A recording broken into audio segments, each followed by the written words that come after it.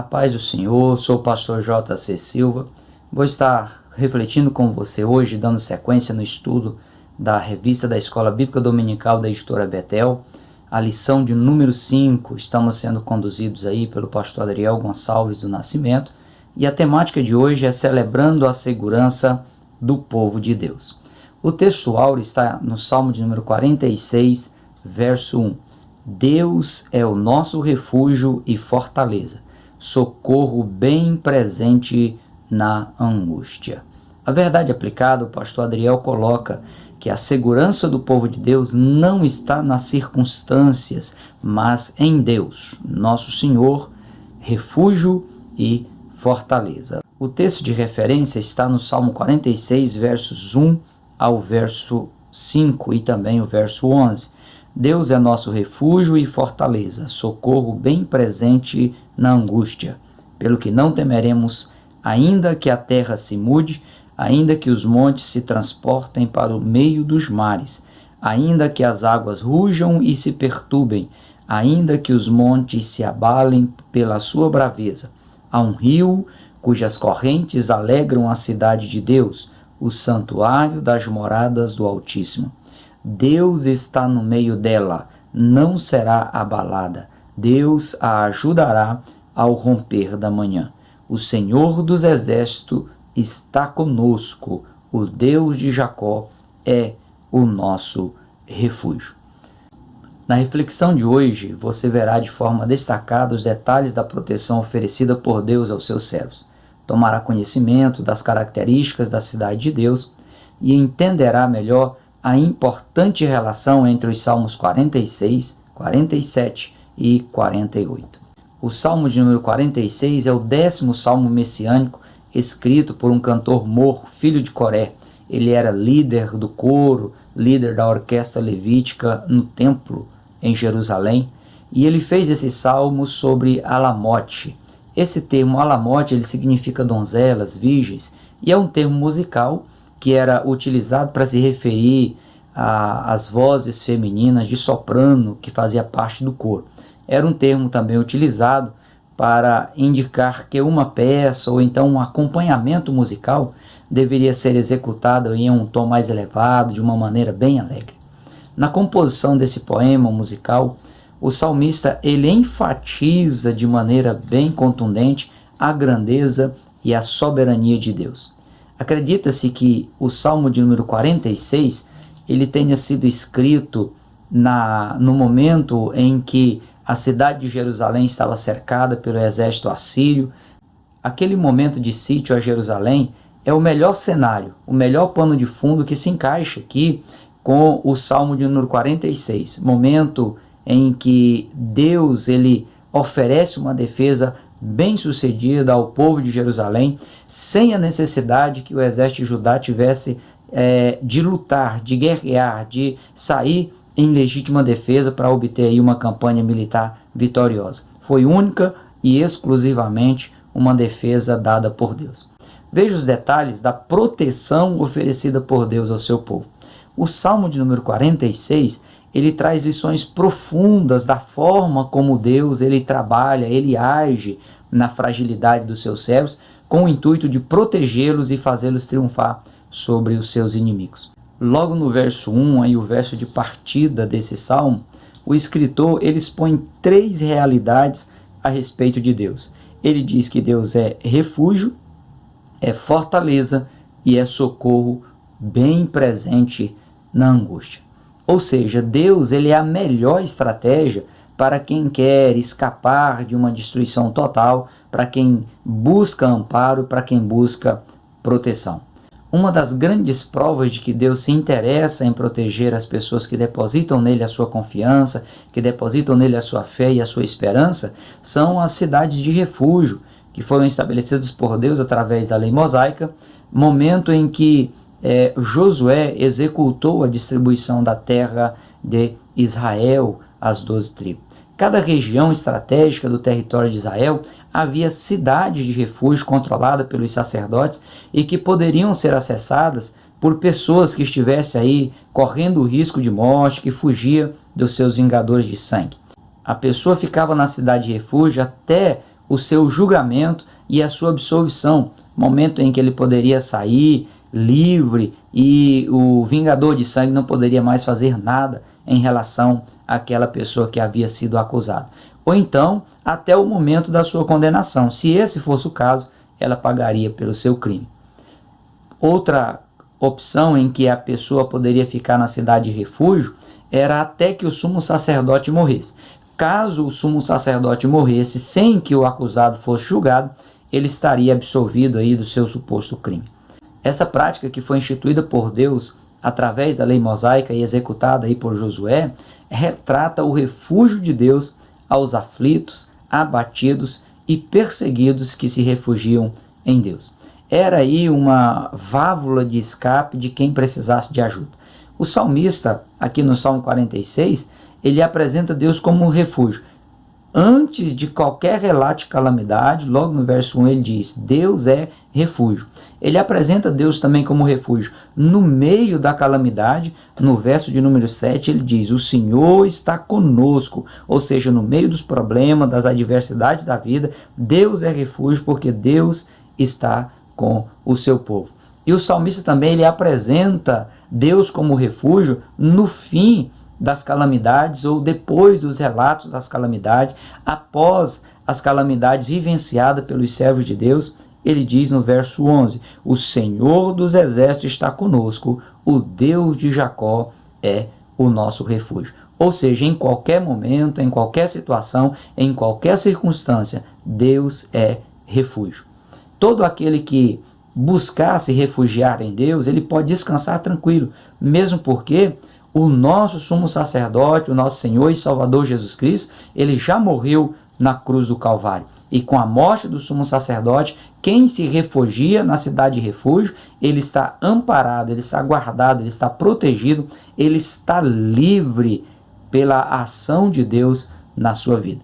O Salmo de número 46, versos 2 e 3 diz, pelo que não temeremos, ainda que a terra se mude, ainda que os montes se transportem para o meio dos mares, ainda que as águas rujam e se perturbem, ainda que os montes se abalem pela sua braveza.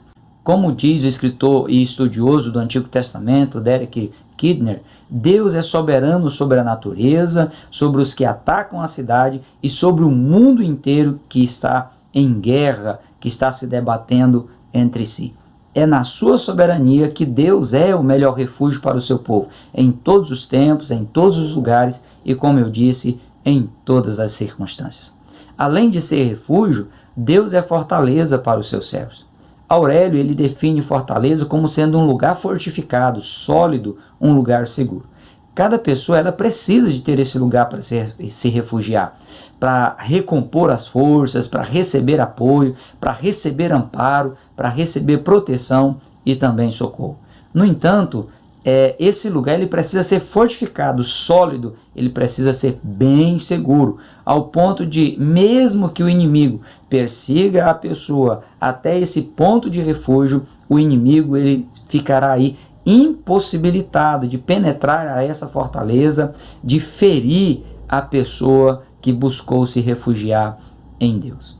Em Israel, nós vemos que Davi ele construiu a fortaleza de Jerusalém como sendo um lugar forte, um lugar de refúgio, né? Salomão, ao longo dos seus 40 anos de reinado em Israel, ele construiu várias cidades, fortalezas aí em vários pontos estratégicos da nação.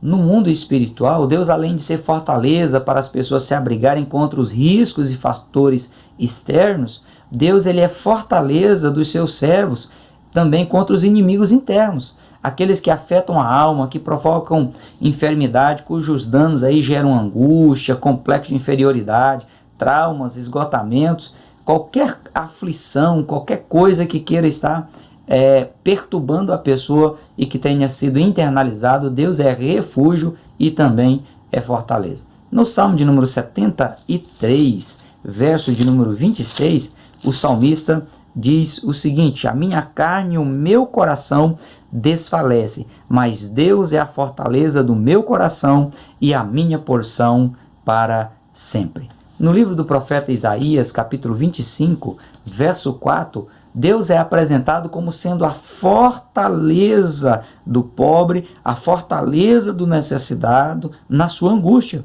refúgio contra as tempestades e sombra contra o calor, porque o sopro dos opressores é como a tempestade contra o muro. O opressor sopra, tenta derrubar, tenta provocar calamidade, mas Deus é essa fortaleza que protege.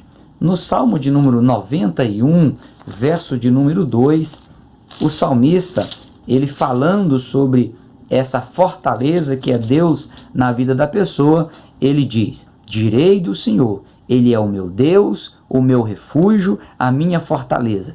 É nele, diz o salmista, que eu confiarei. Tudo por quê? Porque Deus é refúgio e é fortaleza para os seus servos. Além disso, ele é socorro bem presente nas angústias. Deus está mais que presente para socorrer seu povo. Ele é bem presente nos momentos da angústia. A palavra angústia no hebraico ela é traduzida por dificuldade, aperto e também aflição.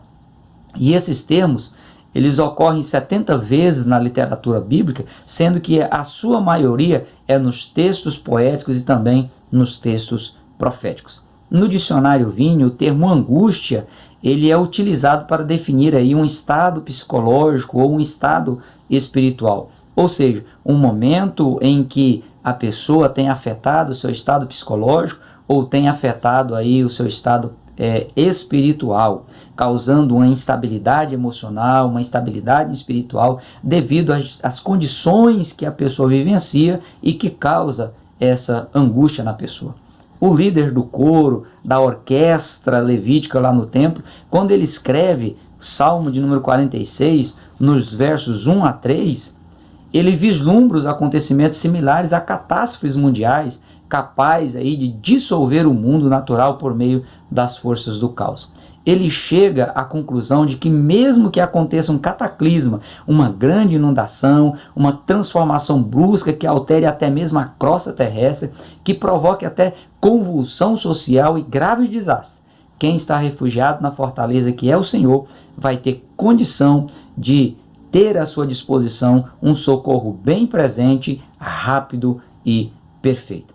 Não bastasse Deus se apresentar dessa forma, o local preparado por ele como habitação para os seus servos tem aí características inigualáveis, pois se trata da cidade de Deus. Isso é que possibilita os servos do Senhor se manterem confiantes mesmo em meio ao caos. A terra e os montes mencionados no Salmo de número 46, apesar de lembrar firmeza, de lembrar solidez, o mar pode romper, pode emergir, pode provocar danos irreparáveis. Há perigos que rompem até mesmo as bases mais sólidas. No entanto, o salmista aqui ele se mostra confiante em Deus. Mesmo que isso chegue a ocorrer, ainda que as bases mais sólidas sejam rompidas, ainda que os perigos sejam avassaladores, Deus dará o livramento e segurança plena aos seus servos. O salmista ele diz no verso de número 4, há um rio cujas correntes alegra a cidade de Deus, o santuário das moradas do Altíssimo. Esse verso, de forma figurada, ele já se cumpriu, pois Deus habita no cristão. O cristão é templo e habitação do Espírito Santo de Deus. É por esse motivo que os servos do Senhor, ainda em pleno século XXI, a era da hipermodernidade, da inversão de valores, da banalização do sagrado, o servo do Senhor está seguro e está abençoado. No entanto, de forma literal, essa profecia que está no verso 4 ainda não se cumpriu, ainda vai se cumprir, pois ela se refere de maneira literal à cidade de Deus, que é identificada como a cidade de Jerusalém, no verso 4 e também no Salmo de número 87 e verso 3. Na cidade de Jerusalém estava o templo e estava também a Arca da Aliança, que foram colocadas ali como o maior símbolo da presença de Deus no meio do seu povo. Salmo de número 135, verso 21, o salmista ele diz o seguinte: bendito seja o Senhor desde Sião, que habita em Jerusalém. Louvai ao Senhor. Ou seja, mesmo no período do cativeiro, quando ele escreve esse salmo, ele lembra como sendo a cidade na qual Deus habita. E essa alusão do salmista aqui, ela faz lembrar a nova aliança estabelecida por Jesus e também a forma como os escritores do Novo Testamento se referia aí à cidade de Jerusalém. Paulo, escrevendo aos Gálatas, capítulo 4, versículo 26, ele diz que é uma cidade que é de cima. Filipenses, capítulo 3, versículo 20, ele diz que a nossa cidade está nos céus. Em Hebreus, capítulo 13, versículo 14, o escritor, ele falando sobre essa cidade, a Nova Jerusalém, ele diz que a Nova Jerusalém, ela descerá do céu e é também aí uma cidade permanente. A alusão ao rio no meio da cidade, de acordo aí com os comentários da Bíblia de Estudo Defesa da Fé, trata-se de uma metáfora que é utilizada para descrever por semelhança essa influência vivificadora da adoração e do serviço que flui do santuário de Deus, conforme foi profetizado em Ezequiel capítulo 47, versículos 1 a 12, e também Apocalipse capítulo 22, versículos 1 e 2. Para o escritor Champlin, a proteção divina, bem como a sua bênção e a sua paz, ela é comparada a um rio que corre para o templo de Deus. E ao correr para o templo de Deus, ele supre todas as necessidades através dessas águas tão necessárias.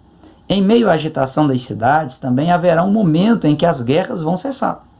Isso trata aí de uma profecia futura, tendo em vista a intervenção de Deus em prol do seu povo.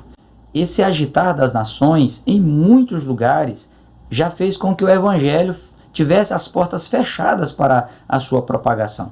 Mas haverá um momento em que Deus, como diz o escritor aqui no Salmo de número 46, verso 9, ele vai fazer cessar a guerra até o fim da terra, quebrará o arco, cortará a lança e queimará os carros no fogo. Vai acontecer literalmente o que está em Apocalipse, capítulo 11. É bem interessante nós observarmos essas menções no versículos 15 e 16, quando diz que quando o Senhor vier para tomar esse reino e estabelecer o reino milenial na terra, da sua boca vai sair uma grande espada para ferir com ela as nações que estarão guerreando contra a nação de Israel. Ele vai reinar sobre essas nações com vara de ferro, e ele mesmo é o que pisa o lagar do vinho do furor da ira do Deus Todo-Poderoso. E no vestido e na sua coxa terá escrito este nome: Rei dos Reis e Senhor dos Senhores. Como bem ressalta o escritor britânico Derek Kidney, essa paz que vai ser estabelecida, conforme diz aqui no Salmo de número 46, ela será no contexto de quebra, corta e queima. Ou seja, haverá aí o emprego de força, pois quando ocorrer a batalha do Armagedon, o momento em que os inimigos de Israel, aliados e comandados do anticristo e da besta, eles vão se reunir para destruir a nação de Israel e Cristo aparecer montado no seu cavalo branco, colocar os pés sobre o Monte das Oliveiras.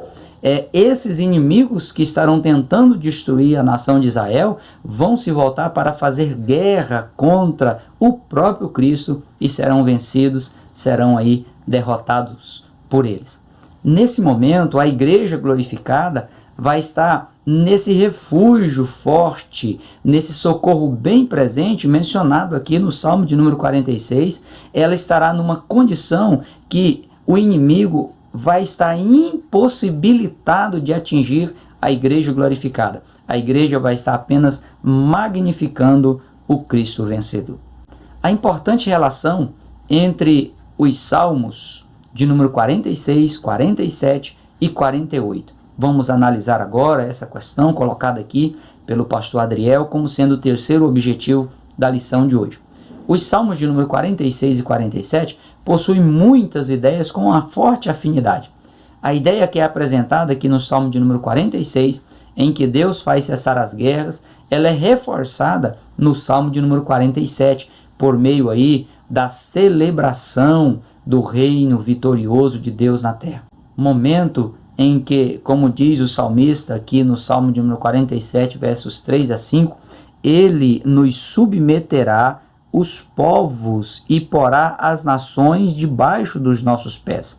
Escolherá para nós a nossa herança e a glória de Jacó, a quem amou.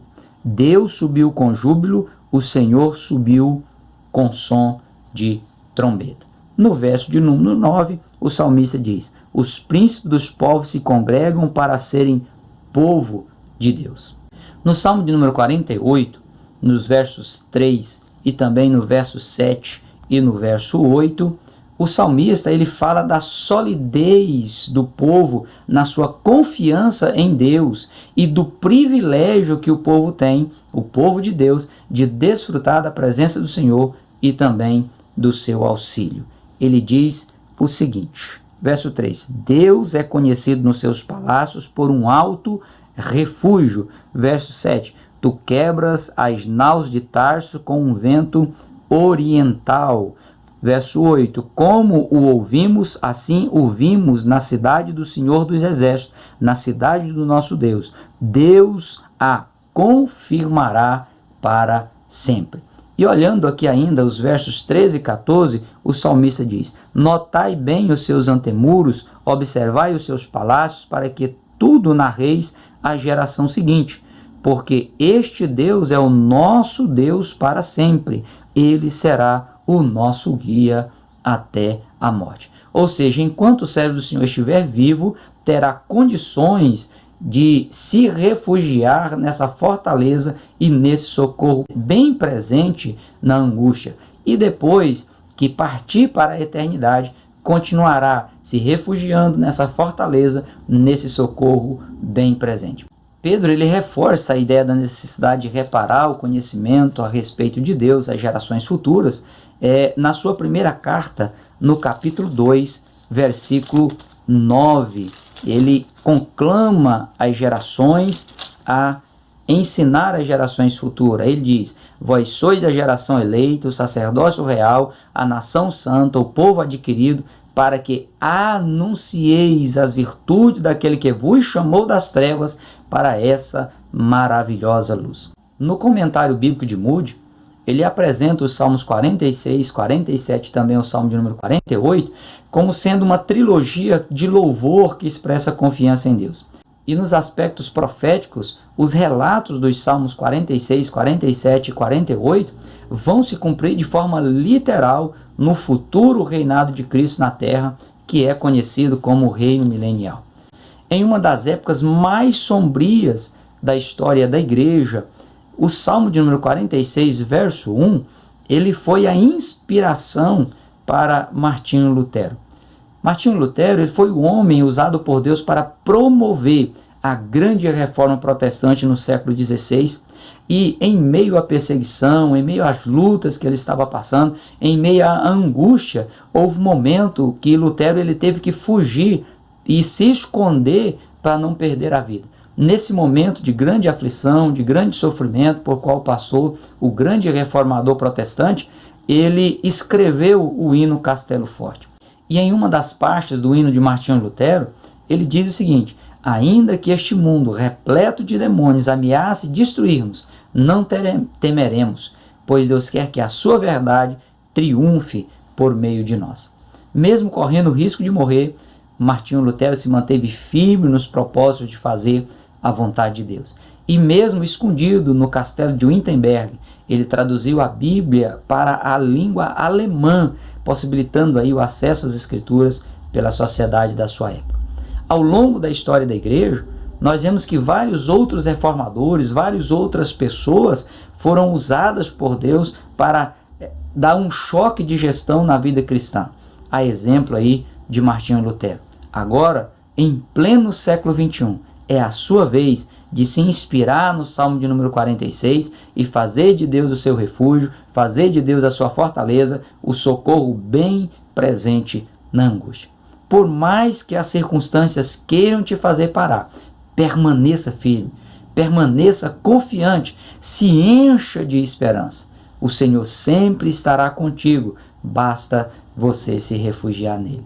Siga avante aí de cabeça erguida, proclame o Evangelho, anuncie às gerações as obras de Deus, as características de Deus, tudo que Deus tem feito e tudo mais o que Deus vai fazer. Possibilite aí a outras pessoas que elas tenham condição de desfrutar desse Deus que é refúgio, que é fortaleza e que é socorro bem presente na angústia. A Bíblia diz que se você se calar, as próprias pedras clamarão. Fique tranquilo, pois a vitória ela é de Deus e também a vitória é do povo de Deus.